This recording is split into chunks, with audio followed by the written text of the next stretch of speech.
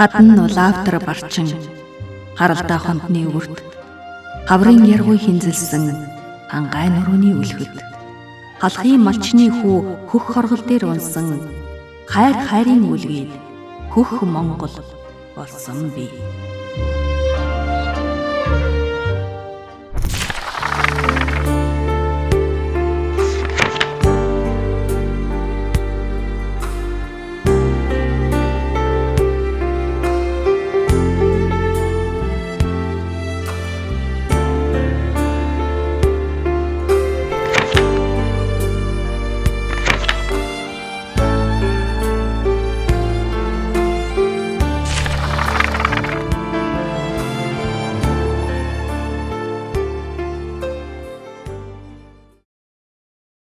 За ер нь бол би угаасаа төв галахын хүн. Миний өвөө бол хуучин Далай Чойнхор банкын хушууны одоо тэр Унтай Ямат одоогийн энэ одоо Тэрхийн цагаан нуурын ойр орчмоор л нутгалж байсан үе юм байна лээ л дээ. Тэгээд нөгөө нэг дээр үеийн өртөө улааны ажлаар шилжээд манай одоо Жонон Бэлийн хушуу буюу Баян Хонгор аймгийн Баян Булаг сумад шилжээд ирсэн байгаа юм. Түүнээс жинхэнэ уг гарал бол ер нь Тэрхийн цагаан нуурын хүн хуучин нөгөө Далай Чойнхор банкын хушуу гэж халахын хамгийн том хушуу шүү дээ. Тэрүүний одоо анчин малчин хүн ер нь бол тэгээд өөрийг хүлгэрч хууч тууч чимэл хүн л дээ. Миний өвөө үлд. Бадрахын Содном Даржа гэж хүн байсан. Одоогийн хэлээр бол их маш их цээжтэй, их олон үлгэр домог туйл мэддэг. За тэгтээ туйл хайлж байгаагүй. Ер нь бол үлгэр их ярьдаг. Тэгэл одоо манай нутаг сумын хүмүүс үлгэр намралтай авахаар анзэргэл манай өвөө дээр ирж амардаг шахуу. Яаж байгаа юм гэхээр энэ одоо Содном Даржа байгаас одоо үлгэр сонсноо л хэл. Яг ийм учраас л би одоо өвөөгийнхөө суганд шургаад тэгээд тэр үлгэрийн сонсдгол багнаас байдаг. Тэгээд яг энэ маань одоо баг миний мэрэгжил болчихсон байхгүй юу өнөөдөр. Тэгэж ойлгоход бол болно. За эмээ тал маань юм уу нагас тал маань болохоор зэрэгээс их олон үеийн бичээч нар. Одоо миний эмээгийн аав нь Ламжин бичээч гээд манай хушууны нэртэй бичээч хүн байсан. Бас энэ Тэрхийн цагаан нураас бас нүүж ирсэн улсууд. Тэгээд үндсэндээ игч дүү дөрвүүлэн байсан. Одоо нөгөө Монголын Тэрхийн голын хөөхнүүд гэж алдартай сайхан хөөхнүүд байсны л одоо дөрөв нь нэг нь миний эмээ юм байгаа юм л та. Тэгээд тэрнээс цаашаа болохоор зэрэг Далай Чойнхор банкын 13 отгийн бичээч, даваа бичээч гэж одоо баг миний элдэн цуланцал болох хүн л дээ. Тэгэхээр би одоо хэдэн үеийн бичээч болцож байгаа юм. Ер нь олон л үеийн удам дамжсан бичээч хүн. Тий. Өвөө талаасаа бол одоо үлгэр хуучин соёлтой ийм л хүн л дээ. Энэ Содном Даржа гэдэг үг хүн бол 3 хүүтэй 2 чохинтой байсан. Тэгээд хамгийн дээр нэг охин байж байгаа. Тэрний дараад нь миний одоо төрсөн аав Жаламжуу гэж хүн байсан. Бид нар удам судраараа номоо гэж авгаалдаг. За тэгээд тэрний дүү бол Сэндийн жуу гэж одоо миний овглж байгаа төрсөн дүү. Энэ бол одоо ерөөсөн бүгдээрээ малчин хүмүүс. Тэр манай адя гэдэг юм да би одоо манай аавын дээр нэг игч байсан сураг байгаа дайриж үгээд гайхамшиг үзэсгэлэнтэй бүсгүй байсан гинлээ. Тэгээд тэлцэл залуугаараа бурханд явчихсан нэг юм байгаа. Тэгээд нэг отгон хүн Должин гэд миний одоо авгах юм да. Ингээд ийм хэдэн хүүхдтэй л төв алахын айл та. Тийм дээр үеийн хүмүүс чинь тэгээд аавынхаа өгнөөс гарна гэж байхгүй шүү дээ. Нөгөө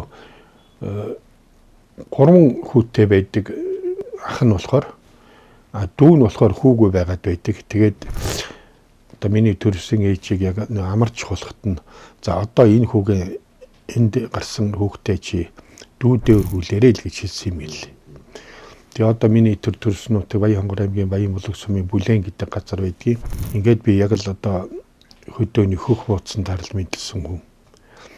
Намайг яг мэдлж яагаад харсан бол миний төрсөн ах одоо ч байгаа 80 гарсан хүн байгаа. Тэгээд тэр хүн маань бол харж ирсэн чинь тэр ээжийг мэдлэхтэн тэр дорн нөгөө хөх хоргол дэвсээл тэгэл нэг юм цэнхэр юм унах шиг болсон чинь тэр чивээсэн чиний гадуур өчнөө олон борд зайсан юм цэнхэр хоргол наалтчихсан байсан гэл тэгж ярьдیں۔ Тэр хөдөөний хөх хоргол гэдэг чинь одоо энэ орчин цагийн Японы эрдэмтдийн судалж байгаагаар бол нэгч бактери байдгүй тийм цэвэр юм байсан гин шүү дээ.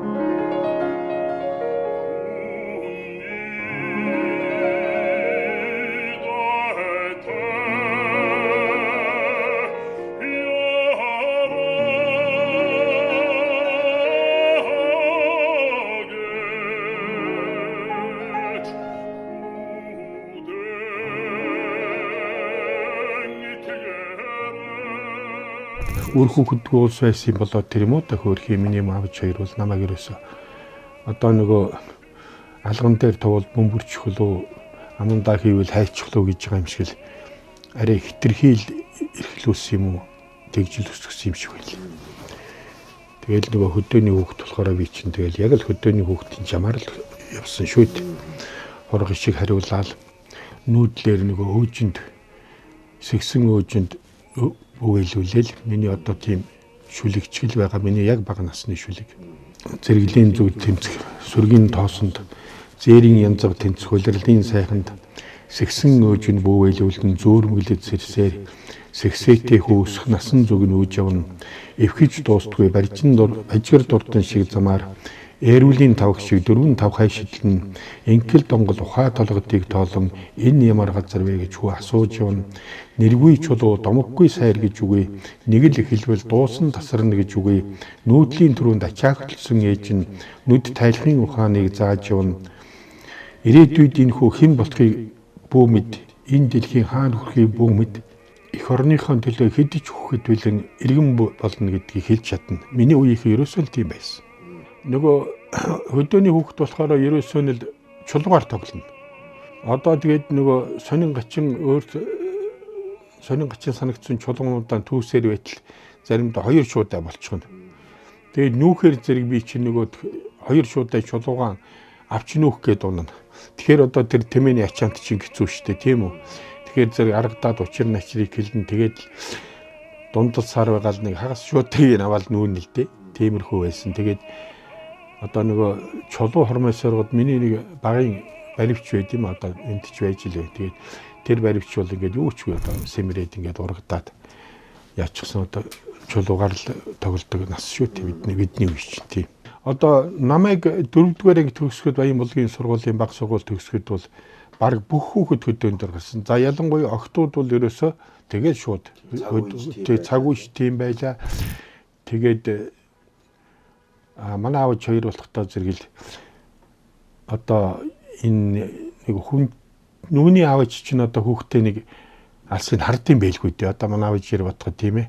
Энэ үнийгээ ер нь нэг эрдэмтэй хүн болгоё гэдэл тэгээд Баядргийн дунд сургуульд явуулсан л та. Нэг жил бол бүр одоо мал хуйгаан бүр нөгөө нэгдлийн малаа яаж тэр чинь одоо буцаад тушаас юм мэдэхгүй. Тэгээд гэрээ ханхайлаад нэг хідэн тэмээнд гэрээ ачаад тэгээд яг амныхаа хідэн малыг туугаад тэр чи одоо Сэрүүн булаг гэж Баян булгийн бүр цаад хангаагаас тэгээд одоо тэр Баядргийн хүртэл чинь одоо олон километр шүү дээ. Тэгэл одоо хэд хоног л халуун наранд шаргадаад хүйтэн бороонд цохиулаад тэгэл нүүж хурж ирсэн. Яаж байгаа юм гэхээр л одоо нөгөө эрхийн тэрийн ганц үгэн л эрдэмтэй хүн болгочихсан надад л явж байгаа хоёр хүн. Тэгээд тэр хоёроо бодохоор хэцүү. Тийм бүр баттай тэгж хэлдэг байсан. Ер нь сэндэнжүү хүн бол хизээч хүн болохгүй гэл улаан цай мэдэг. Тэгэл одоо миний нэг хүүхдээ аваач гэдэг нэг өгүүлэг өгдөө. Тэн дээр би өөрийнхөө тэр мөн чанарыг жаахан гаргах гэж оролцсон л доо. Тэгэл дөрөс ээжийг хайшинж гаргахгүй, үнэндээ гаргахгүй ч тойролж шаарлаад зүгтчихэд. Тэгээ сүүлд нь зэлтэй өхрэн тэр чигээр нь хэм билээ балжин юм тархан болов хүнд нэг хямдхан хэдхэн одоо юу гарч юм зарсан шүү дээ. Хүүхдээ уйлуулахгүй гээд нэг 2 үнэ 3 үнэ авч үлдсэн үгүй юу. Тэгэл одоо хүүхдээ уйлуулахгүй л гээл. Тэгээд мөн аав минь намайг ингээ хүзүүн дээрээ суулгаад явах гэхэд нь нүдэд явж өгөхгүй. Тэгэл одоо их хэцүү. Ямар сайн дэ одоо цагаан сараар суулгахгүй л очиход манай төрс ах чинь манай ихнэр тэгээд үдээ штэ би одоо их гайхаж байна гэл. За юу болчих өгсөн чи. Энэ үнийг би ингээд хүн болоод айл гэр болоод ажил хийгээд байгаад нь их гайхаж байна. ийм болох ёсгүй юм байгаа гэж үг.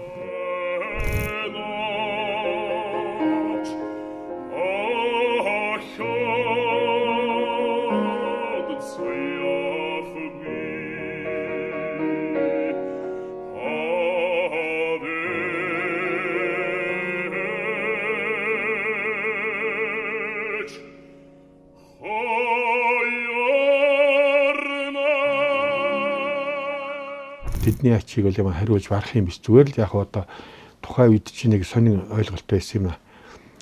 Нэгдлийн малыг чинь одоо ялтай мал гэдэг малчид.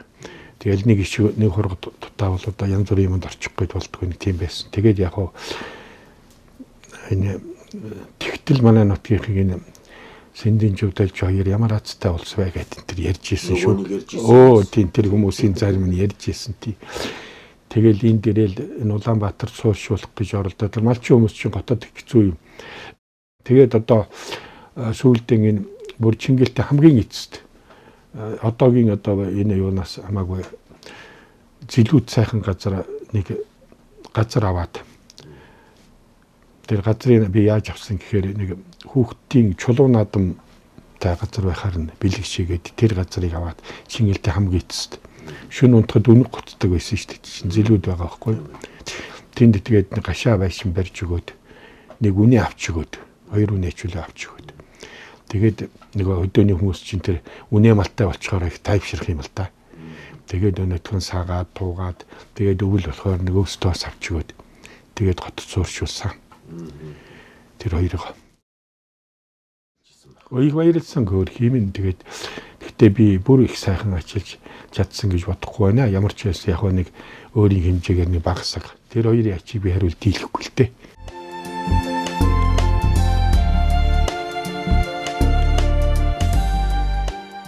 Бие ихэл сэтгэл гурав чилээгүй сэрүүн цагт.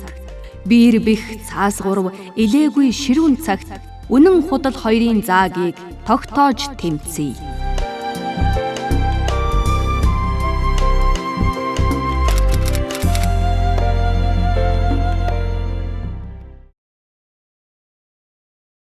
Намайг одоо 10 дугаарыг төгсөж байхад бол нөгөө мэрэгжлийн сонгоно гэдэг нэг чухал ажил байсан. Тэгээ миний хоёр их дуртай хичээл, хоёр их одоо амжилт гаргадаг хоёр хичээл байсан. Нэг нь бол математик, нэг нь бол монгол хэл уран зохиол. За нэг 8 дугаар ангиас хойш дараалаад тэгээд дараа 8-гийн 10 жилийн хинтээ очиж математикийн олимпиадад бас үзэлцдэг. За харамсалтай нь бол ганц ч удаа амжилт гарах суудлаа байх. Өөрөөр хэлбэл тэдний өмнө орох суудлаа байхгүй. Харин яг 10 дугаарыг төгсөх жил аймгийн 10 жил ихэнхдээ одоо математикийн олимпиадад хүчээ үзсэн надаа тэдний нэг 10 жилийн дотор байрны байрлал байж ирсэн юм би. Тэгээд нэг өглөө үүрээр нэг хүн намайг татаж сэрээгээд тэгсэн чинь муухан зүс мэд 10 жилийн нэг сурагч байх юм. Тэгээд чи юу гэдэг байгаа юм гэсэн чинь чамд нэг сони юм хэлийг нь ямар юм хэлэх нь гэсэн чинь би өөрийнхөө ангийн математикийн авраг гэдэг тэр сурагчтай хамт нэг өрөөнд байд юм аа. Тэгээд өнөө өглөө үүрээр тэр ах нь математикийн багш. Математикийн багш ах нь орж ирээд дүүдэн одоо энэ жилийн олимпиад дээрх бодлогыг зааж өгөөд хариуг нь хэлж өгөөд ингээд яваад өглөөд их юм. Тэгээд нойр мөглөөд би за. Ерөөсөө сайн юм ойлгосон ч вэ одоо тэгээд би нойр хөрөйд байна гэж тэгээд буцаал унтчихлаа мэдсэнгүй. Тэгээд нэг оройн нөгөө математикийн тэр жилийн шалгалт одоо математикийн хичээлийн бодлого нь нэг их сайхан одоо миний хувьд бол одоо юу гэдэг юм бэлээ дээ. Энэ математикчин заримдаа нэг бодолтууд нэг зөв яваад нэг хариу мариун гарах нэг урам зоригтой нэг сайхан бодлого ирээд би тэгээд дотор за энэ жил гарцаагүй би нэг авчих шиг боллоо гэд баярлаад оройны дүн дуудахыг их хүлээж чадаж хүлээгээд тэгээд тэр маань бол нэг юу гэдэг юм бэлээ дээр үдшилэг шиг юм болоо тэн дээр тэгэл дүнгийн дуудаад шагнал гардуулдаг байхгүй. Оройны нэг юмдаар би энэ жилээр бааргүй л гэж бодоод тэгэл байж илээ. Тэгэл орой манай тэгсэн чинь нэг гэмэн манай математикийн багш одоо хайцыг мэдэхгүй байлээ. Аймгийн нэг том хорооллуудаар яваад байгаа сураг гараад. ирсэн ч. Тэгээд би одоо дүн дуудгаад шагнасан чинь дахиад нөгөө 10 жилийн нөхөр. Тэгсэн чинь нөгөө өглөөний нөгөө багшийн дүү тэргүүн байр авж ийн. Тэгсэн чинь миний нэг юм өгсөөл. Энэ чинь иймэрхүү аргаар эднэр маань дандаа төрүүлдэг байсан юм шүү гэсэн шүү юм бодогдол. Тэгээд өрөөсөө ингээл бараг л нулимс саяндаа нийлхээл тэгээд за тэгээд тэр нөгөө өгсөн барьсан юм нэг юм аваад тэгэл гараал яваад гэл. Гараад тэр салхисруу тэр аймгийн хойтлын гэр хорооллоор бол хоёр нүдний нөлөөс бол хоёр тийшээ урсаал салхисруу алхаал. Нөгөө заавал энэ жил одоо би математикийг сонгох уу мэрэгжилтэй монгол хэл сонгох уу гэд нөгөө чадахгүй байжсэн чи одоо гинт шийдвэр нь гарч ийн да. Энэ математик гэдэг юм энэ амьдралд одоо би ингээд дуусгаад одоо бид нар монгол хэл гэдэг мэрэгчлийг сонгох гэж. Тэгээд тэр ах トゥ хоёр бол тийм ажил хийснээр миний мэрэгчлийг сайхан юу гэдгийг эргэлзэлгүй болж өсөлдөө. Бүх хүүхдүүд Улаанбаатарт ирээд эцгийн шалгалт өгдөг байсан. Тэгээд одоо за тэгсэн чинь дараагийн нэг асуудал үүссэн. Манай одоо гэр бүлийн асуудал байна л да. Тэрний үхээр миний ээж тэр жил нэг өвдөөд. Тэгээ ер нь нэлээд хүнд өвдөөд. Тэгээд би нөгөө шалгалт хамаг юм одоо 10 жилийн шалгалтыг өгöd гэртээ харьсан чинь манай аав хэлж байна.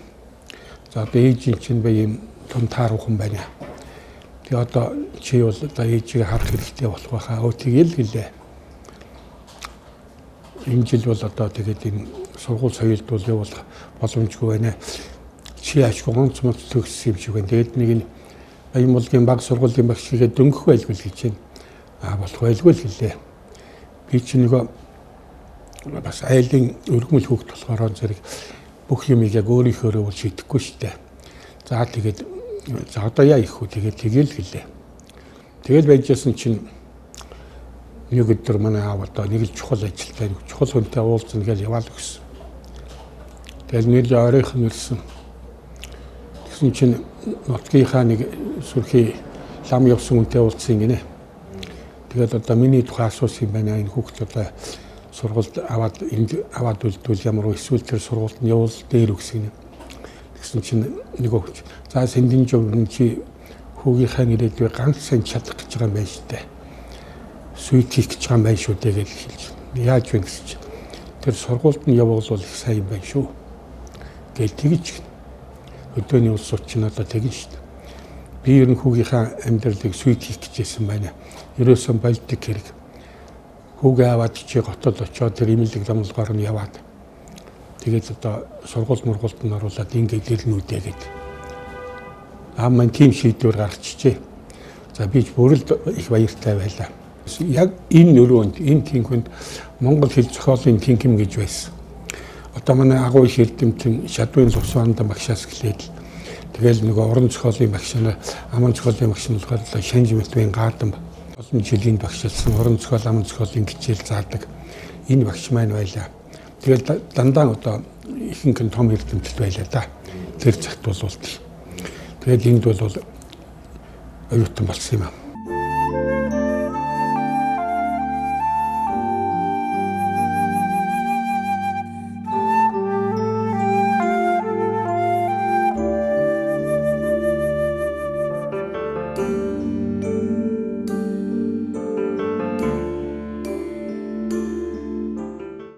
За 43-аар 5-ыг нэмэхээр 48 жил. 48 жил. Тий. 5 жилтэй байсан оюутан байхад. Оюутны 5 жил дээр нь ажлын 43 жил. За нэг хагас 100 шахуул алгасан юм аа. Би яг энэ хамаг танхим ханаа бол санаж илбэг энэ хан танхим намайг саналгээгүй яаж мэдэх вэ? Тэгэл яг байж байна да. Энэ их сургууль бол яг одоо миний өдий зэрэгтэй болох эрдэмтэн судлаач болох за ямар нэгэн хэмжээгээр багш болох энэ бүх үйл хэргийг маань замын маань бой болгосон бүтээсэн энэ их сургууль. Би зөвхөн багш нараасаа төдийг би шавнараасаа ч суралцсан. багш гэдэг хүн хэн байх ёстой юм, хэнийг багш гэж хэлэх юм бэ гэдэг. Одоо тэр нэг дулан багш гэдэг нэг нэр байна. Энэ нэрийг өөрийнхөө хэмжээнд боловсруулж төгс болгох, төгсч байхад тэ одоо энэ зэрэгт хүрэхэл бүхэл замналыг энд зассан гэх үтэй. Логгүй Монгол Улсын их сургуулийн уран зохиолын нэгдэл дугуйлан гэдэгт ороод тэгээд гол багш маань одоо хатан багш. Тэгэл тэр үед чинь нэг Монгол хэл уран зохиолын анги 5 жилтэй байсан 4-5 дугаар ангийнхны одоо том ах нар их чанарын одоо шүлэг зохиолыг сонсож тэдний яриа мэтгэлцээнийг сонсож тэгж нэг үгээр хэлүүлж яхан боловсрсан гэхүүдээ. Сүүлд нь сүрхий яруу найрагчд болсон хүмүүс байсан л та одоо Ямжийн Хөрлбаатар энэ чинь бол нэг сүүлд нь манай дугуйлангийн симболийг төгсөөд бахаар манай дугуйлангийн эрхлэгч болсон л да. Тэр үед чинь Ломбын намаа маань бол бас нэлээд их сүрхий нөлөөтэй юм дугуйлангийн гишүүн байлаа. Манай анги асуулгахдаа зэрэг нэг хэдэн зохиол бичлэг нөхдүүд ажиллаж байгаа гэсэн нөхдүүд орсон юм аа. Тэр нь болохоор одоо сонмын зочин. Бүр оюутан байхдаа газрын дуу гэх том тууж бичсэн. За дараа нь ламжуул овсон дээр нэг сонирхолтой хүн. Тэр нөхөр бол Балдан өвгний үг гэж нэг ёстой нэг маш сонин шүлэг уншдаг. Тэр үнийг тэр өөр мөц найр болго хэл тэр санаа манаа гэж сонио. Манай ангити одоо хорлын зандраа байдгийг гэдэг нэг найруулаар дагнацсан нөхөр. За тэгээд хасгийн нэг хоёр зохиолч яруу найрагч судлаач хоёр хүн. Жумуханы Хуанган гэдэг нэг жаахан жижигхэн дүү атгал нөхөр. Нэг их зоримог нэг айхтар сүрхий ширүүлсэн Сартхожогийн Каржубай гэдэг нэг айхтар хүн. За ингээд энэ хэд бол ерөнхийдөө одоо нэг уран зохиолын хамаатай хэдэн хүн юм да манай ингээд нэлийн ширүүн гаруул. Манай Каржубай ер нь нэлийн ширүүн. Тэгээд заримдаа нөгөө манай нөхдүүд чинь нэг жаахан тийм цөөхөн өрөлтгүнтэй байхаараа нөгөө задгай нууц шүлгүүд явна. Үндсэндээ бол миний яруу найргийн сэдв чинь бол би нэг өөрөө хөдөө өссөн хөдөөний хүүхэд Монголын хөдөө нутаг Монгол амьдрал гэдэг чинь өөрөө зүгээр л яруу найраг шиг юм уу та. Надад тэгж бодогддог. Тэр л ер нь баг засваргүй шахуу яруу найраг юм уу та гэж тийм сэдвэр их голчилдог. За энд бол нэлээ их нөлөө үзүүлсэн нөхөр бол одоо тэр Ламжуул Ловсон дорж гэдэг яруу найрагч байгаа. Манай ангид хамт сурж ирсэн. Нэг ширийн дээр 5 жил суусан. Хамгийн гол нь Монгол сэтгэлгээний, Монгол мэдрэмжийн, Монгол хүний дотоод мөн чанарыг л илэрхийлсэн шүлгийг л би өөрөө энэ дэлхийн ертөнцийн чинь олон хүн байна шүү дээ, тийм үү? Энэ олон хүн дотор Монгол хүн өөрөө ямар хүн бэ гэдгийг л гаргах гэж зорьсон шүлгүүдээ л хийж. Тэгээд үг хэллэг нь бол ёстой жинхэнэ болж өгвөл ардын юм шиг тийм үг хэллэгээр бичгийг л эрхэмлдэг. Элдвийн янз бүрийн юм хайж уснаас ерөөсөн монголоор сайн бичвэл эн чинь харин дэлхийн хүнд таалагдах юм биш үстэй гэдэг ийм л бодолтой болсон.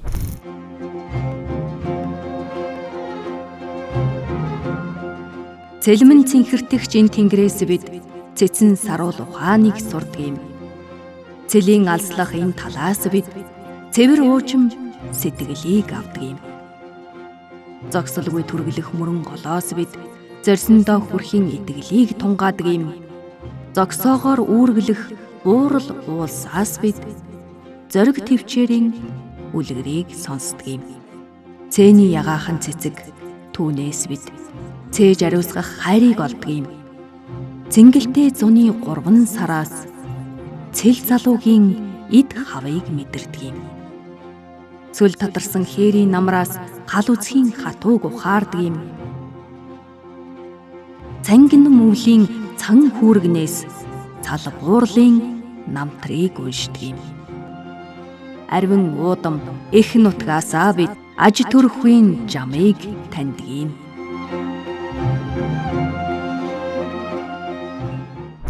Манай монгол хэл өөрөө үнэхээр яруу тунгалаг тансаг хэлээ. Энэ монгол хэлийг одоо хамгийн сайн сайхнаар л сурч авах юм бол ер нь эндээс бол ямар ч яруу сайхныг бүтээж болох хэл гэж би бол боддгийн. А нөгөө нэг юм нь бол манай монгол хэл бол баг тарийн шившдэгтэй хэл. Энэ монгол хэлээр бол илий бала илдэв дими юм хамаагүй ярьж болохгүй хэл шүү. Энэ бол яг л одоо нэг юу гэ тэгээ хэлвэл одоо зөвлөх юм уурлах юм. Таринжсан юм шиг хэл. Тийм учраас одоо монгол хэлнийхэн энэ яруу сайхныг аль болохоор хадгалахыг л хичээхэн зүйтэй юм өгсөн ийм л одоо бодол сэтгэлтэй байдаг хүн л дээ.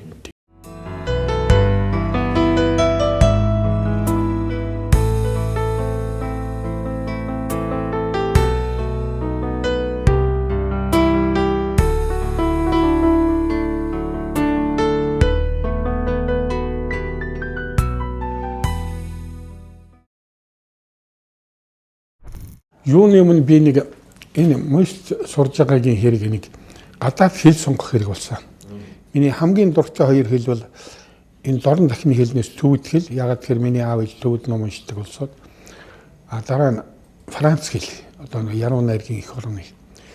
Тэгээд энэ дэрсэн чинь нөгөө групп зохион байгуулсан чинь англи манж хэллэр нэг групп, Франц төвд хэлээр нэг групп байх юм аа. Юун азтай юм бэ? Миний хоёр дуртай хэлээр би тэр Франц төвд хэлний группт орно гэл. Тэгээд орсон. Гол нь бол яг эхлээд нэг хэл усаан сайжруулах гэдэг. Тэгээд амхиндаа одоо тэр хоёр хэлээр л ямар нэгэн хэмжээгээр судалгаа болоод яруу найргийн бүтээлийг л уншдаг, судалдаг болох зорилготой юм аа та тийм ээ.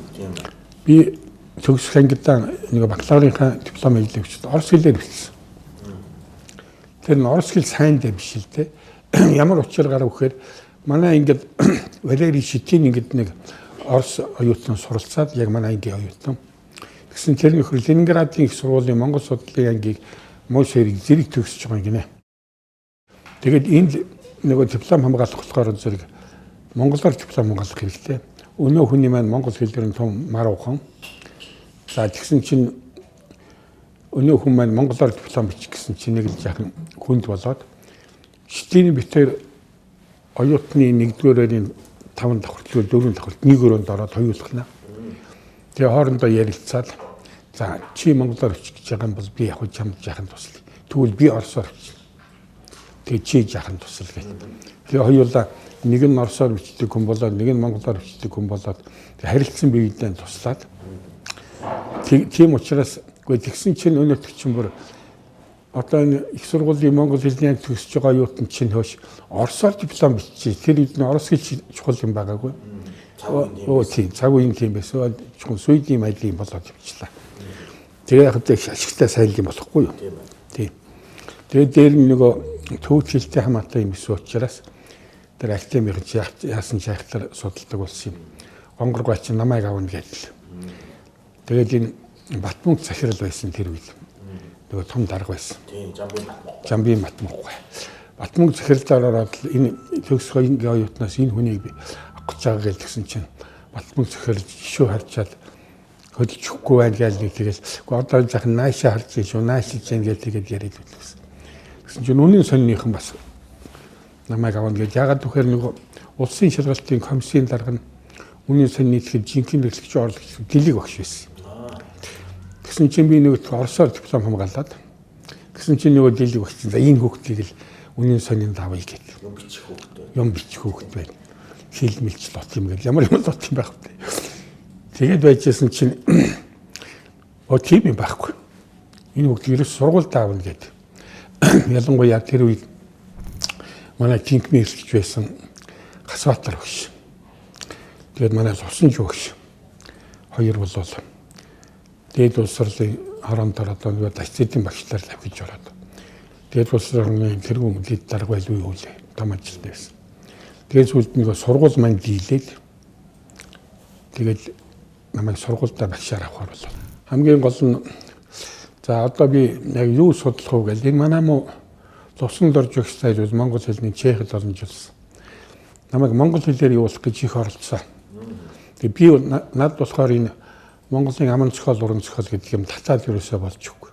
Надад ямар эргэлзээ төрөөд байсан гэхээр зэрэг энэ Монголын энэ их түүх тэгсэн мөртлөө одоо Төв Азийн өндөрлөгийг одоо он удаан жил эзэмшсэн энэ ард түмэн өөрөө ямар ч домог зүй байхгүй байх гэж одоо ер нь байж болох уу гэсэн мэргэлзээнд орсон. Тэгээд бидний үзэл судалдаг хичээл дээр бол зөвхөн нэг тийм тасархай маягийн домгийн өгүүлэмжүүд байдаг. Эрхийн мэргэний 7 нарыг харавсан тухайч гэдэг юм уу? Тиймэрхүү юмнууд. Тэгээд нөгөө бүхэл бүтэн домог зүйн одоо чуулбар, тэнгэрийн чуулбар энэ төр гэсэн тийм юм нөгөө эртний грек энтгэг шиг тийм юм байхгүй гэсэн. Тэгээд би тэрүүнийг цааш нь жаахан лавлуулад сонирхоод судлаад байсан чинь нэг маш сонирхолтой өгүүлэл одоо Унгарын эрдэм шинжилгээний сэтгүүл дээр гарсан Францын эрдэмтэн Унгарын эрдэмтэн Лоренц гэдэг хүний бичсэн герман хэлээр бичсэн Die mongolische Mythologie гэдэг Монгол домог зүй гэдэг өгүүлэл байх юм аа. Энэ ямар сонин энэ Лоренц гэдэг хүн энэ тухайд юу бичсэн байд юм гэж герман хэл мэддэггүй. Тэгээд герман хэлний нэг багшаасаа бас гуйла. За багшаа та надад ганцхан тусуулахаар байна уу? Би энэ герман хэл мэдэхгүй учраас энэ хүний яг юу гэж ярьж байгааг би ойлгохгүй байна. Бараг ганц эцсийн дүгнэлтэн чи хамаагүй та энийг үзээд нэг энэ Монгол домог зүй гэсэн юм ярьж байна энэ хүн. Тэгээ энэ одоо юу ярьсан байна уу гэд. Тэгсэн багш маань нэг хэд хоног авч яваад тэгээд дахиад нэг уулзсан чинь энэ Лоренц гэдэг хүн бол зарим Монгол угсаатны домог зүйтэй нийт Монгол угсаатны домог зүй гэж байдгүй гэж ингэж хэлж байна. Тэгж байна. Тэгэхээр энэ зэрэг надад дахиад хоёр дахь хэрэгэлзээ төрж байна. Бүү энэ чи зарим домог зүйтэй, зарим домог зүйгүй гэдэг чи одоо юу гэсэн үг юм бэ? Хэрэг домог зүй гэж байгаа нэг угсаатанд нь байгаа бол энэ нөгөөдүүлд нь ч юм уу эсвэл одоо олон Монгол угсаатанд байж байгаад тэгээ мартагдсан байж болох юм биш үү гэд. За ингээд энэ үнийг ер нь цааш нь давлаад судлахаар шийдээд тэгээд энэ улсын номын санд байгаа хуучин ном судруудыг үзлээ. За бас галын дахилгын судар мудар гээд байх юм а янз бүрийн одоо домог зүйн өгүүлэмжтэй номнууд байх юм. Тэгээд дараагаар нэг 79 онд байна уу да би нэг одоо тухайн үеийн зөвлөлт холбоод улсад нэг Москвагийн их сургуульд мэргэжлийн дэвшлэх ажиллаар явхдаа тентхийн том номын санд сууж үзлээ. Ленин нэрмжит номын сан. Тэг хамгийн гол нь миний зорьсон юм бол энэ Ленинградад очиод Монгол судлалын хөмрөг гэдэг тэр эртний одоо судар ном цуглуулсан том цуглуулгын газар байдаг гэдгийг би мэдх юм л да. Тэгэхээр тэнд очиж нэг суух арга байна уу гэд улсын номын санд суугаад ингээд хайгаад үзсэн чинь байна. Ялангуяа дараа нь би Ленинградын номын санд тэр Монгол номын фонд гэж үгүй эртний Монгол жирэмтэн цуглуулсан зөндөө голон юм хуучин гар бичмэл судрал. Тэгсэн чинь одон тэнгэрийг өргөх судралын төлөвс чөө нэг Монголын яг язгуурын өөрийнх нь домог зүглээ ярайсан юм гараад ирдэг байна шүү дээ. Тэгэнгүүт нь энэ домог зүйлээ одоо ер нь аман уламжлалт байдгийн үгүй юу гэж наслан буурлуудаас одоо сонирх судлах юм ажил эхлэв. Тэгэл чадлагаар өөрийнхөө амралтаар очихоор Баян болгын наслаачуул интерес асуу шүү дээ. Тэгсэн чинь нөгөө их сони ярих юм одоо манай айл аймгийн зарим өгч болж энэ монголчууд чинь одоо Монгол гэр анхан яаж үүссэн гэл хүн анх яаж үүссэн энэ төр гэл. Тэгтээ хэсэг усаг юм. Одоо нэг бүтэн юм биш. Тэгээд хүн болгон л нэг хэд гурван өгүүлбэр хэлэх юм аа. Тэгтээ л энэ ямар ч байсан нэг домог зүй байна юм. За энэ бол ерөөсөө миний судалгааны анхны хамгийн гол сонирхолтой барьж авсан сэдв. За тэгээд тухайн үед нь одоо энэ сэдвээр юм асууж болох бүхэл одоо эрдэмтэн мэргэд ялангуяа манай Эренчин багш бол тэр үед сэрүүн тунгалаг байлаа. Тэгээд одоо өдий зэргийн явж нэг цаг үед амьдарч энэ хүнээс хичнээн сүрдэж айх уу. Гэхдээ ер нь нэг очиж юм асууя гэдээ бүр нэг өдөр судар үзэж байгаа намрын нэг сайхан нарлаг өдөр би тэр гэр орных нь байрыг мэднэ л дээ. Тэгээд би очиод энэ одоо хүн төрлөختөн ч одоогоос 500 мянган жилийн өмнө анх галтай болсон байна гэж энд бичсэн байх шүү энэ тэргээд. Гэхдээ ер нь л яг миний сонирхсан сэдвийн юмнууд бас тэргээр байж идэм байна. Гээд ингээд би одоо эрээ багшаас одоо нэг хэдэн тэмдэглэсэн асуултаа асууж аваад Тэгээд одоо их сайхан болоод тэгээд тэдний өргөнөөс бол гарсан. Тэгээд тэр цагаас хойш бол би овоо жаахан нүүр хагараад хэрэгтэй юм очиж асуудаг, заримдаа утасддаг нэг иймэрхүү холбоотой болчихсон. Тэгээд нэг их айсан би юу гэсэн чинь би энэ үлзийний тухай жаахан судалгаа хийгээд энэ үлзий хэнээс эхлээл энэ үлзий гэдэг үгийн тухай хэлгээд нэг өдөр Эренчин багшцуулаа. Эренчин багшаа үлзий гэдэг үг чинь тэгэхээр монгол үг мөн өөр ямар үг байдгийг гэдэг сүрхий наадам гэсэн. Тэгэхэд би нэг их айсан. За би их л буруу юм асуулаа даа гэд. Тэгээ сүүлд нь өөрөө судалгаа хийсэн чинь ёстой жинхэнэ монгол үг айхаар барахгүй. Манай Монголын эртний соёл суртахуунтай маш холбоотой маш чухал үг байсан байлээ. Гэх мэтлэнгээр тэгээд энэ бас Ахмад Эрдэмтэн мэрэгдтэй уулзаад ингээд би судалгааныхаа бүтээлийг бичээд тэгээд одоо ямар ч байсан нэг юу ялаа. Нэг ихний норог гаргалаа. Яг нэг цогц системээрээ бол угаасаа огт судалгаагүй байсан тийм. Тэр байтхан тэр Михлоудбийн бичсэн санал дотор Первый монгольский монголовидийн Мировой Монгол дэлхийн монгол сул танхуудаа монгол домогцын биелсэн бүтээл болж ийн гэсэн өгүүлбэр байсан. Бүр ихний өгүүлбэр. Тэр надад урам зориг өгсөн гэж үржигтэй. Бүх дэлхий даяар домог зүгээс бүх юм эхэлдэг байхгүй. Бүх юмныхан суур. Бүх оюун ухааны, оюун санааны одоо шинжлэх ухаан, шашин, урлаг бүх юмны одоо үндэс хөрсөн ерөөсө домог зүй байдаг байхгүй. Тэгэл энэ домог зүй судасны улмаас болоод нэг юм мэдэж авсан тэрний үхээр зэрэг энэ домог зүй гэдэг нь тэр чигийн бэлэгдэл байд юм байна. Тэгэхээр бэлэгдлийг судлахгүйгээр бас ер нь энэ Монголын соёл утгыг ер нь ойлгохгүй мэн гэж тэгэхэд мэдэж авсан юм би.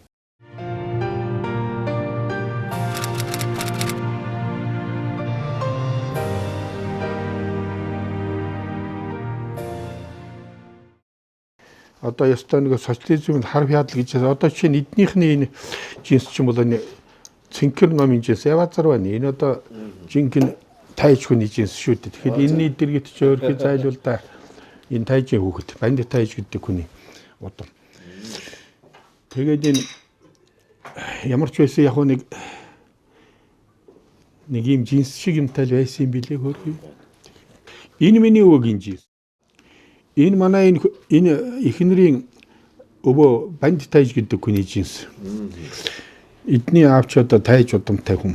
Тэгээд би бол жинхэнэ суман ардын хүн шүү дээ. За энэ хайрцагт бол одоо миний нөгөө нэг нялхын баривч байгаа юм. Одоо мөн ээж минь ингээд нөгөө голгүй хайртай хүмүүс чинь нэг хүүхдийнх нь нялхынх нь баривчийг ингээд яаж чаддаггүй. Одоо энэ бол миний хамгийн эрхэм. За харж байна энэ одоо энэ нөгөө чулуу хормолсоор байтал одоо ийм болоод. Тэгээд дайх маань энэ одоо миний. Энэ миний дайх. Тийм байна. Дайхыг аваад эн чинь Монгол хүүхдийн дайх чинь нэг юм бор ботор дуу байдэн штэ. Яг тасаар байдаг. Энэ бол миний одоо баривч. Тэгэлгүй яг одоо эн чинь хүн харахад л их мохайлм харагдаж байгаа хэл та. Гэтэ надтай бол өсөстэй юугаач солшгүй юм эрхэм зүйл байхгүй юу. Би өөрөө энэ миний энэ их гоё нэртэй юм шиг байдгийг тэгээд одоо их олон жил хадгалсан юм байна. За миний хөшөө, миний мөхшөө энэ бол тэр Хүсгэл аймгийн Шинэ Идэр сумын явж юу тэгсэн чинь байна. Жинхэнэ далай чонгор ангийн хөшөөний хүн байхгүй юу тий. Тий Шинэ Идэр чинь тийм. Тэгээд энэ одоо Монгол Улсын их сургуулийн профессор хүн. Профессор саяхан авлаа. Хамгийн гол нь бит хоёр нэг жил мэргэжлээ. Яг Монголын соёл судалдаг. Гэхдээ манай эхнэр бол голдуухан тоглоом наадам судалдаг. Одоо уламжлалт Монголын тоглоом ном дэвтрэнч байгаа. Одоо л нөгөө монголчуудын тоглож өссөн нөгөө хорл үүчүүр тэгээ өөрөө одоо Мөрөн хотын музейгээс нэг төгс чаргал ингээд нэг 20 оттой байсан тайж нарын тоглоом болсон байлээ. Тэгээд өөрийнхөө тэр наг захаас сурвалжилж ягаад тэр үнийг сэргээсэн. Нэлийн гол судалгаа нь бол бас энэ Монгол язгуурын Монгол тоглоом судалдаг тийм хүн байгаа. Тэгээд нөгөө нэг ижил мэрэгчлээ болохоор бид чинь одоо бүх юмдаар үзэл бодол бол яг ижилхэн, зорилго яг ижилхэн тэгээд ингээд амьдрал бол сайхан болд юм байна.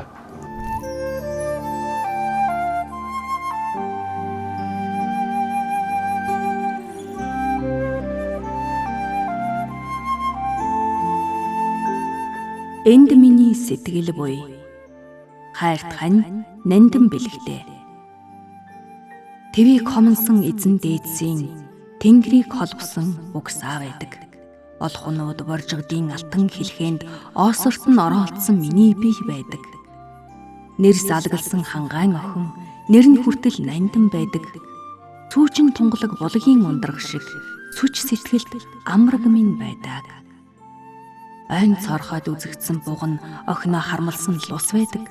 Ойчин цоочин оддын зураанд олж ханилсан зураг минь байдаг. Үлзийтэй гэрийн өрмөг хойморт үлгийтэй нар шиг үрмэн байдаг. Удах тусам уйран хайлдаг.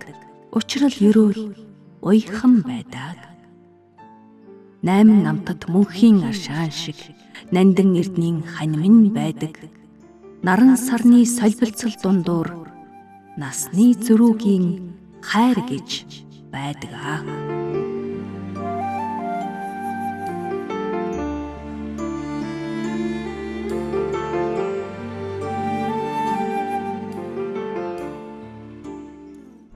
Монгол зүгийн одоо энэ угсаатны ийм үндэсний ийм бэлгэл судалдаг ер нь эрдэмтэн байна уу гэсэн чинь 400 эрдэмтний каталогтор 8 хүний бүтээл болсон.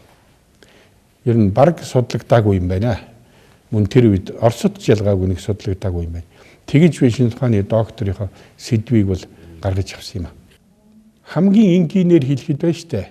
Монгол хүн гэдэг бол байна штэ нэг онцлогтой хүн юм а. Монгол хүн бол утгын ирэлтчин. Бүх юмнаас утга хайдаг. Ямар нэг юмны тухайлбал наа чи ямар утгатай юм? Идэлгийн зүйл энэ чи ямар утгатай юм бэ гэл. Тэгээд онц утга хэлэхгүй ямар ч утгагүй юм байна штэ гэж хэлдэг. Гэтэл байна штэ. Бүх юмд ил талд маш олон утга байдаг. Тэр энэний тэр ил талд утгын одоо зохицолборыг л бэлэгдэл гэж. Тэгэхээр нэг талаасаа нөгөө талаасаа энэ бэлгэд гэдэг бол нэгэн зүйлийн хэл юм. Хэл хэлдэм бол одоо мета хэл юм. Авианы хэлний өмнө болоод дараа нь гарсан хэл юм. Өмнө байсан хэл дараа нь гарсан хэл юм. Гэсэн ийм л одоо маш товч ойлголтыг хэлэхээр байна даа. Энэ домогцүй судлахаар чинь зэрэг ерөөсөө бүр аль шиг заавал энэ эртний Монголын шүтлэг мөрөглийг бол үзэх хэрэгтэй болж байгаа юм.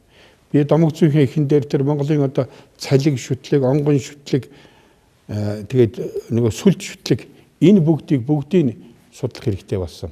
Энэ маань цөмөрөн бөө мөрөглийн үүсэлд хамаарах ийм зүйлүүд. Эднэрийг мэдэхгүйгээр бас одоо гинт төвхөрч гарч болохгүй. Ийм учиртай болоод тэгээд үндсэндээ бол би бөө мөргөл судлахаас ямар ч аргагүй юм байна гэж ойлгосон. Ер нь тэгээд Эренчин багш бол надад хэлдэг байсан. Монголын соёлыг судлах гэж байгаа хүн бөө мөргөл мэдэхгүйгээр хаашаа ч явж чадахгүй гэдэл ингээд.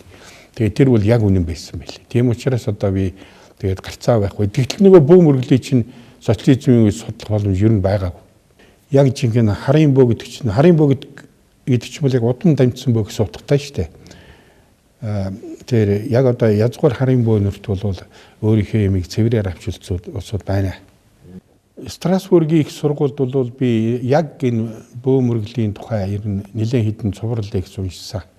Тэд нар бол үлэмжих сонирхож байна. Тэнд бол ямар одоо ийм янз бүрийн хаалт, боолт юм байх юм биш тийм ээ. Тэгэл радио, телевизэн ярилцлага аваад л энэ төр. Тэгээд тэр Страсбургийн их сургуулийн нөгөө хэвлэл гэж байдаг тэн дээр нь гараад л энэ төр тиймэрхүү юмнууд болсон л доо. Тэгээд за тэгэхээр энэ ном бол энэ одоо Францын Тур их сургууль гэж байдгийг. Тур хотын тухай би энийг хэлэхэд бол энэ Францын хаадын нутаг.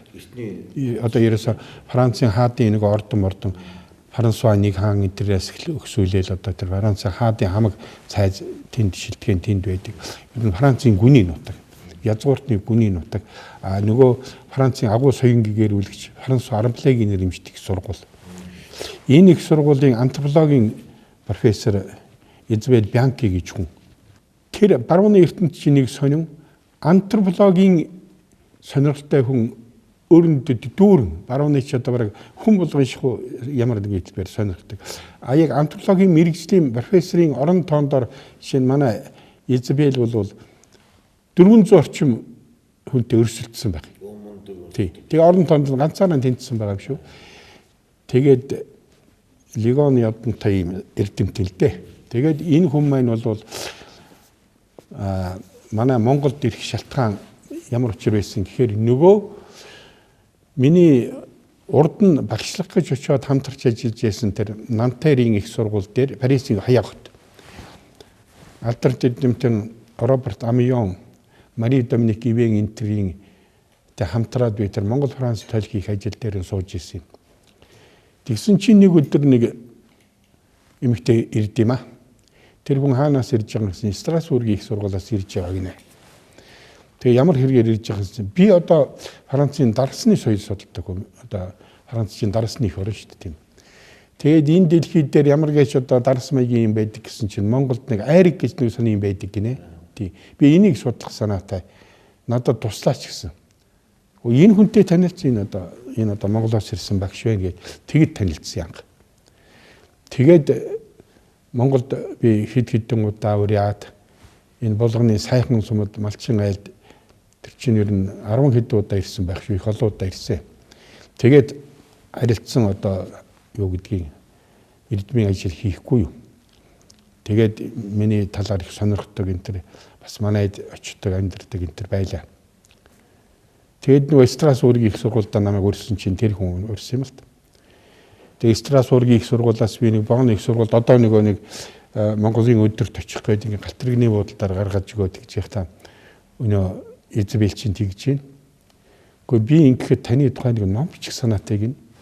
Би бүр гайхаад юу ном бэ гэсэн чинь үгүй таны тухай ном юу бичих вэ? Яг хөө таны энэ малчин айлын хүүхэд байсан та тэгээд их сургуульд ирээд их сургуулийн оюутан байтхан профессор болоод тэгээд дараагаар нь энэ Монголынхаа соёлыг судлаад тэгээд тэр байтхан одоо манай өргөндөд хүртэл бас танил болж байгаа юм хүн байна. Тэгэхээр энэ зам нь бол надад сонирн байна. Энэ чинь манай антропологийн бас нэг намтар судлал гэдэг ийм төрөл зүйл байт юм а. Би энэгээр бичин гэсэн чинь 2013 он гэхэд миний ном ингээд одоо бэлэн болчлоо. Тэгээ манай их сургуулийн хэвлэлээр хэвлэгдэх гэж байна гэд. Тэгээд дараа нь хэвлэлээр нь хэвлэгдсэн гэд нөгөө номоо явуулсан. Маш том үнэлгээ шүү дээ энэ бол. Тийм гэж бодож байна. Тийм гэж бодож байна. Тэгээд үгүй энэ археологийн ном нэлээд уншдаг вэ. Археологийн энэ номон дотор нэг бүжиглэж байгаа юм шиг нэг янз бүрийн төрсүүд байх юм а, хүний төрсүүд. Үгүй энэ Монголын бүжгийн урлаг гэдэг чинь ер нь тэр цагаас нааш эхэлсэн юм шиг юм уу? Энүүнийг ер нь сонирхоод үзьгээд тэгээд нөгөө хадны зургийг чинь үзсэн чинь тэр хадны зураг дээр байгаа хүний дүрс тэдний тохио зангааны энэ болгон чинь байна нөгөө миний судалсан бэлэгдэл зүгээр тайлж болмор шиг. Тийм учраас энэ зам руу нэг орё гээд тэгээд одоо би тэр хадны ялаа эхлээд археологийн номон дээр байгаа археологчдын олсон илрүүлсэн хадны зургуудыг сонирхоод өөрийнхөө нөгөө бэлэгдэлцийн кодуудаар тайлах гэж оролдоод үтгсэн чи ёстой сони юм гард юм байна. Тэгээд түүгээрч барахгүй нөгөө төр чинь зохиол биччихмээр санагдаад. Яг нэг бас нэг уран зохиолын хүн юм чинь. Одоо тэгээ либретто бичээд тэгээд хамгийн гол нь энэ оюутан театр гэдэгт нэг том лекц тавиад би. Тэнгэрийн хүүхдүүдийн бүжиг тэдгээрийн танимар дохио кодыг тайлах нь гэдэг. Тэгсэн чинь нөгөө манай соёл урлагийн их сургуулийн бүжиг дэглэж одоо хөгжмийн зохиол зураач нэг элдвийн олон хүн байгаа шүү дээ. Нөгөөдөл маань маш их сонирхоод ямар сони юм байд юм бэ? Ингэхэд одоо ер нь та наатахаараа хэрэг зохиол бичвэл бид нар бүтээл гаргаж болно шүү гэх маягийн юм яриад. Тэгэхээр энэ зэрэг хамгийн сонирхолтой нь одоо энэ Дундгавь аймгийн Дил уулын дөрвөлжин болсны ханан хатан дээр байгаа тэр 32 хүнд гэдэг зургийн тэр 17 хүнтэй тэр хадны зураг бүр хамгийн сайн санагдаа. Тэр талаараа нөгөө судалгаагаа хийгээд тэгээд энэ бол маш эртний одоо ёстой жинхэнэ нөгөө за бөө судалсан байна бүр хэрэг болоод. Нөхцөлдөд яваад шүү дээ. Тийм нөхцөлдөд. Тэгээд одоо энэ хадны зургийг тайлбарлаж эртний харын хартай бөөгийн оршуулах зан үйлийн зураг байна гэсэн тийм дүгнэлт гаргаад. Тэгээ өнөөдөртөө зориулж зохиол бичээд. Тэгсэн чинь одоо миний шав болчихсон энэ инкгэрл урлагийн гавьяач гэдэг юм гавьяач үчиж тэр маань дэглийгээд одоо хөсгөтний хамтлагийн ахлагч ариун болд маань хөгжмийн бичигээд тэгээд тэр хөмөргөн гурвалжин гэдэг бүжгийн жүжиг тэр хадны зургаас гарсан байхгүй юу?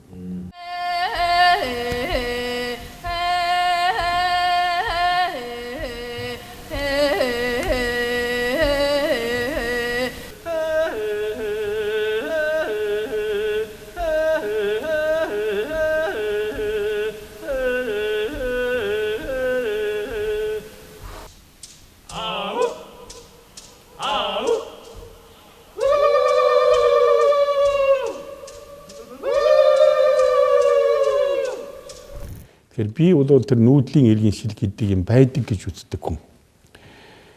Энэ иргэншлийг бүтээсэн хүн чинь монгол хүн байхгүй юу? Тий. Энэ соёлыг бүтээсэн хүн чинь монгол хүн байхгүй юу? Тэгэхээр 3500 жилийн өмнөөс бүтээсэн байгаа байхгүй юу? Тий. Тий. Энэ үнийг бүтээсэн хүн. Тэгээд 13 дугаар зуунд энэ монгол хүн яасан? 13 дугаар зуунд энэ монгол хүн энэ Монголын газар шорооноос өсчүнд ийсэн хүн дэлхийн хаадын хаан болсон. Дэлхийн хамгийн агуу жанжин болсон. Урянхан Сувэдэ Баатар байж гин. Дэлхийн 32 орныг эзлээд 65 том тулдаанд нэг ч ялагдаа. За энийг монгол хүн гэж байна. Тэгээ одоо бид нар бол тэдний удам шүү дээ. Бид нар тэдний удам ДНК-гаар батлагдчих шүү дээ. Би өөр юу гэж хэлэх вэ? Мэлтийтэл хараатай нойрсох хүүхдийн анилхайг мэлтэрсэн хөх тэнгэр тоонон дээрээс өнгийн өлгийдөө мираалан арвхан чхоноогүй болбрай өндөх шиг борлон бул тайтал үнэгчлэн морьтон ардын сэтгэл амгалан байхаас яах вэ? Монголын үрс өлгийдөө хөх тэнгэр зөөдлөн.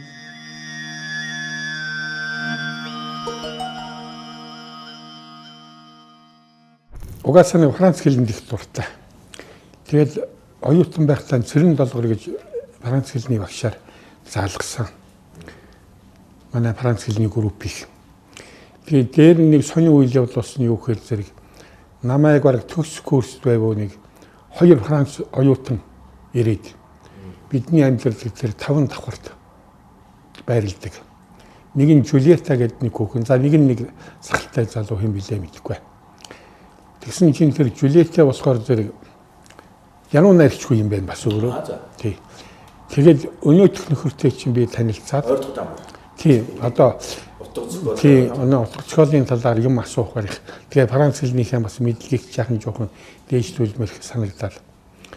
Тэгсэн чинь би бас тэр үед нэг Францын агуу хяруу найрагчдыг маш их сонирхдаг Оросоор голдуу дамжуулаад Пол Верлиний нэг намрын зуун билүүшүүлгийг орчуулах гэж оролдоод.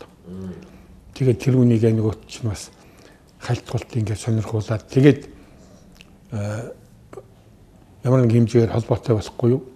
Тэгсэн чинь 12 цагаан адууг нүуник одоо хүртэл над байсан одоо байгаа хаа нэг захиатай тэр Жулиетанад тэр шүлгийнхээ номыг өгсөн. Тэр мөрн анхан ер нь тиймэрхүү маягаар яагаад. Тэгээд дараагаар нь маш сонин тохиоллоор Франц явах багшаар явах ажил оногдсон. Нэг өдөр намын төв хорооноос зовсон ларуу гэж хүн дуудаж ийн гэх юм. За чи чинь нэг Франц гэж яахан сонирхтгоо л гэлээ гэсэн. Тэгэл нэг яахан байсан. Чи Францад багшаар явахыг сонирхож байна уу? Үгүй сонирхолгүй яах вэ гэсэн. Тэгэл төв хорооны нарийн бичгийн дарга нарын зөвлөгөөнөөр ороод үлдчих хайхтар шүлээ л цагч. Гэгэн сөхөсөн. Нөгөө зөвхөн талбай дээр баяраар зургийг хардаг баахан том дарга нар донд. За нэг арай нэг жаахан нүдэн дулаан нөгөө Батман багш маань байж идэг юм байна. Тэгэл баахан янз бүрийн хэцүү асуулт асуугаад л. Тэгээ голдвол За чи хөрөнгөсөн оронд явах гэж шөнө хөрмөл гэсэн тийм юм ярих юм да. Шинэ Сорбонны нэг салбар. Лорон дахны судлалын соёл иргэншил, хэл соёл иргэншлийн тийм Монгол хэл соёлын одоо багшаар очиж байгаа. Одоо жинхэнэ нөгөө хамгийн гол нь тэгсэн чинь тэнд одоо нөгөө алдартай Монгол судлаач нар Роберт Амион, Жак Легран нь яг манай тэр Иналкогийн багш. Жак Легран гэнтэй танилцдаг юм байна. За тэгээд одоо Франсуа Зобен гэж зөвхөн нэрийн мэддэг Монгол судлаачтай чинь танилцдаг юм байна. Тэдгээр тусдаа тэр Нантер гэдэг хаяа хотод Монгол судлалын лабораторитой юм байна. Тэгээд Амион гоч нэг юм санал тавих юм аа. За бид нэг Монгол Франц тойл хийж байгаа маа. Тэгээд Монгол хүнтэй бас ажиллах шаардлагатай байна. Чи хамтлагч ажиллах уу гэж ажиллая гэлээ би одоо. Гэхдээ өөр яг л энэ гол зорилго бол өрнгийн Монгол судалтай танилцмаар байдаг тийм ээ. Тэгсэн бас урд хүмүүсийг сайн тэнд ажиллаагүй юм байна. Бас тэр нэг социализмын үед ч бас хөрөнгөтний эрдэмтнээс яхан зай барьдаг маяг. Чи хоёр лагарт бол яг тас хуваагдсан тийм 85 эд үе. Би тийм нарийн юм сайн мэдгүй учраас юм сурыг гэж бодсон чинь олон тав үгүй тэг ял. Тэгээд тухайн үедээ бас амхиндаа элчин сайдынхнаас бас нэг баг зэрэг жахан нуугдаад би тэр нэг юунаас ангараа гашаанаас ангараа тэр болоныг нэлээд гудамжны болонд чиг зогсож байдаг. Амянгуй машинаар шууж ирээд намайг аваад явдаг. Тийм маягаар анх тэр Нантарт байгаа лабораторид нь очиж сууж нэг 2 өдөр илүү ажилладаг. Тийм болсон юм.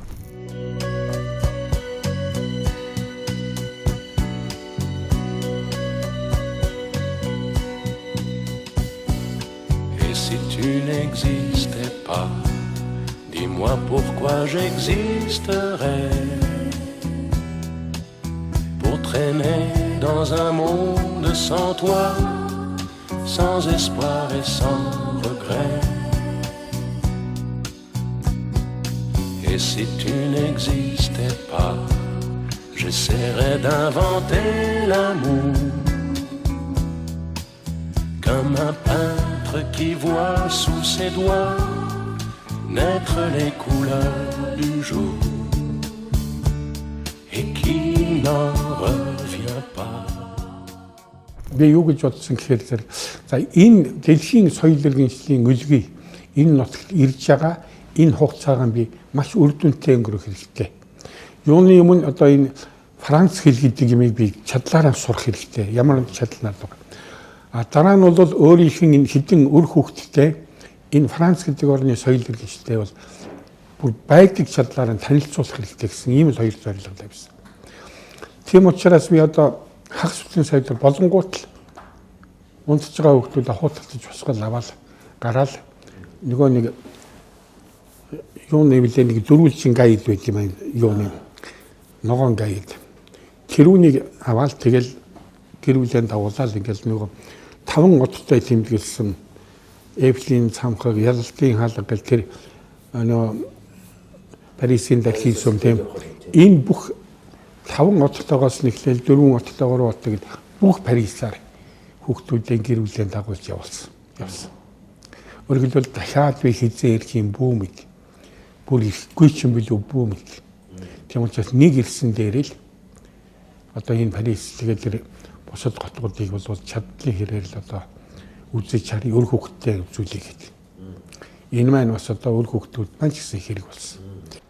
90 онд одоо нэг юм чөлөөтэй болоод энэ урд зүгийн эрдэмтэн мэргэд Монголд ирдэг болоход яг тэр одоо нөгөө ордосток гисрийн юу Чингис хааны тайлга дахилгыг ураг удмаараа овгоороо одоо үйлдэжсэн сүлтийн дарахад гэдэг юм да. Норвын шаралтай гэдэг өвгөн Монголд ирээд тэгээд надад 3 судар өгсөн энэ алтан бичиг гэд нэрлэдэг. Тэгээ энэ бол одоо яг тэр алтан бичиг өгөөд энэ Богд Чингис хааны их тайлгын өчиг гэдэг энэ судар. Энэ бол Монгол дээрээс ганцхан л байгаа гэж би бодож байна. Энийг би нөгөө өвөр Монгол хэвлэгдсэн юунтаа харьцуулаад энэ хамаагүй бүрэн бүтнээр юм байл. Тэгээ одоо Чингис хааныг дахилаа гэж бодоход бол энийг л уншина. Тийм ээ. Тэгээ би Чингис хааны төрийн билэгдэл номонд бол оруулсан л да энийг тий. Гэхдээ яг оригинал нь ингэж байж идэг. Тий. Энэ манай Баянхонгор аймгийн намын хорон дарга Жаданбаа гэж хүн нэг өдөр уцтаа сонгуул болохоос өмнөхөн тэгээ ямар учраар ярьж ийн гэсэн чинь за бид нар одоо энэ нутаг орныхон скетнүүдийн талаар судалгаа хийсэн. Тэгээ та энэ жил ер нь нэр дэвшүүл яасан гэсэн. Тэгээ манай сум чих онцлог манай сумаас их олон скетэн төрсэн сум байхгүй юу? Одоо их олон дарга нарын манай аймгийн чинь одоо бараг бүх сум нэгдлийн дарга намын дарга надаа манай сумынхан байдаг нэг үе болцсон юм. Би одоо ямар яман тим юм байх вэ? Би тим юм байж болтохгүй л харахгүй. Одоо манай сумын өчнөө олон скетнүүд та нар тэр аваараа учраа ол гэд би хүлээж авсангүй. За тэгээд чимээгүй л болчлаа. За ишгүй нэг чимээ алдлаа гэж бод. Тэгээ байжсэн дахиад ярьлаа. Тэгээд ярьсан чинь үгүй одоо судалгаагаар яг л таахрах гээд байдаг. Гэтэл үгүй тэр судалгаа явах бай тэр чинь үнэнч байж болно, худлаач байж болно мэдэхгүй би одоо ерөөсөй чадахгүй. Би одоо номын ажилтай хүн би амжихгүй гэсэн. Тэгсэн чинь сүүлд нь тэгээд бас л чимээгүй боллоо. Тэгсэн 3 дахь удаа ирээд за би танай нутгийнханд таны саналыг хэлсэн. Би одоо нэр дэвшихгүй гэж яана гэдгээс. Тэгээ танай сумынхан бодвол үгүй бид нар нэг гайгүй ганц хитэнтэй юмсан тэгээд хэрэгтэй үед хэрэг болохгүй хүн юм аа. Нутагтаа ирэхгүй юм байлгүй гэж юм. Тийм юм байхгүй шүү. Би нутагтаа очихгүй чадахгүй шүү. Одоо тэн дээрээ тулсан бол би яг та нарыг хүслээр нэг яваад үзье л да гэдэг. Тэгээд явсан чинь үнэхээр үнэн байсан. Тэр чинь надтай 6 билүү 7 хүн өрсөлдсөн чинь би ганцаараа 53-54% шавчлуу ялаа. Тэгсэн чинь тэр судалгаа нь үнэн байсан байл. Ер нь гишүүн болсных нэг л бодож явсан юм а хийсэн. Тэрний өгөхөр зэрэг нэг төрийн хэлний хууль гэдгийг төрийн албан ёсны хэлний хууль гэдгийг батлуулсан. Ер нь хэлний хууль чинь эхлээд тэр нь батлагдсан шүү дээ. Гэхдээ би тэгээ тэрийг ер нь нөгөө их амархан батлуулчих байх гэж бодсон чинь нэг мэдсэн чинь нөгөөдхий чинь ерөөсөө их ялангуяа тэр бизнесийн маягийн хүмүүс ч ерөөсөө их дургүй юм байдаг сонирхолтой. Яагаад гэдэг юм бэ? Одоо бүүмэд одоо бодвол тэр бизнес хийх бичиг баримтанд саад болд юм болов яад юм бол. Тэгээ би бүр сүүлдээ сандраад энэ үндсэн хуулийн нөгөө Монгол хэл бол төрийн албан ёсны хэл мөн гэдэг заалтыг гол барьж иж тэгээ харин батлуулсан шүү дээ. Одоо лавл мэдхгүй одоо миний үед чинь идэж уусан юм ер нь манай гишүүдээс манай гишүүний тэр тим юм идээд уусан гэсэн юм ер нь сонсож байгаагүй шүү дээ. Одоо ч нэг л тим юм их дуулддаг болцсон одоо ямар очир ухаантай мэдхгүй. Ер нь л өөрийнхөө урдах ажлыг хийгээд ер нь яг өөрийнхөө мэрэгжилдээ нутагтаа хамгийн л гайгүй хүмүүс нь гишүүн болсон юм шиг тэр үед санагддаг байсан шүү дээ. Тэгээд одоо нэг их л дуйлаантай л байх юм байна шүү дээ. Бидний үед чинь тийм шуугуулсан айхтар дуйлааг ер нь би бол яахан өдөр үзэлтэй хүн. Би өөрийн засаршгүй өдөр үзэлтэй гэж хэлж болно. Би бол Монгол орноо ер нь өөдөлж ба гэж бодож байгаа. Тий. Мэдээжийн хэрэг янз бүрийн алдаа янз бүрийн байна. Тий энэ бол одоо дэгэн догон бол их байна. Динкэл донкол их байна.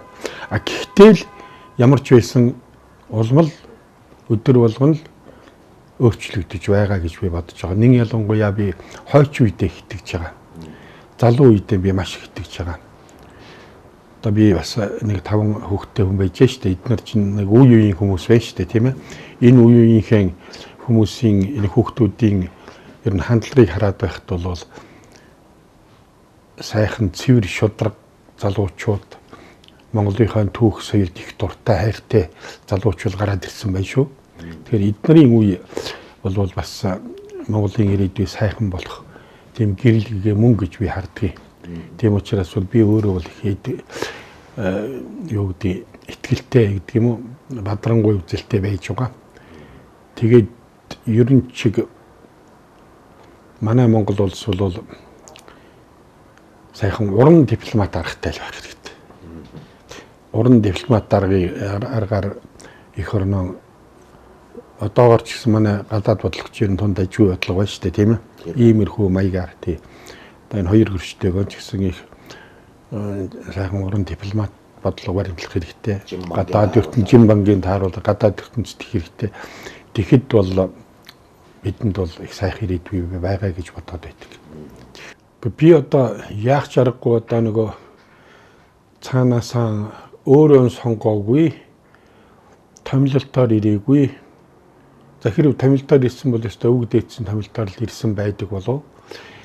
Энэ Монголын сайхан хангай нутгийн ариун дагшин агаар тэнгэр доор яг Монгол малчин ардын эсгий бор гэрт хоньны хөх оргол бууцан дээр мэдлээд хоньны нэхий үлгий дүлгийдүүлээд хоньны сүүл хөхөж өсөөд дааг сургаж эр хүн болж үзээд адуу малтай ноцолдож залуу багнасаа өнгөрөөгөөд тэгээд нэг жил алдалгүй бүх сургууль соёлын газруудыг дайраад олон эрдэмтэн мэргэн багш нараас эрдэм номын шимийг хүртээд ингэж эрдмийн замаар орсон байна бол үнэхээр хосгүй хувь заяа юм да гэж би бодож байгаа. Тэгэхээр удам судармайч тэр явсан замналмайч тэр ер нь эрдэм номын замлаар л одоо энэ насыг туулж явна шүү дээ, тийм ээ. Одоо нөгөө бурхнаа буян хайрлж төрөн чөлөө өгвөл юм хийж болмоор л байна. Дахиад өөр дуусгаагүй юм уу зөндөөл тэрийг одоо болж өгвөл дуусгачих юмсан болж өгвөл бүтээчих юмсан гэж бодож ил байна.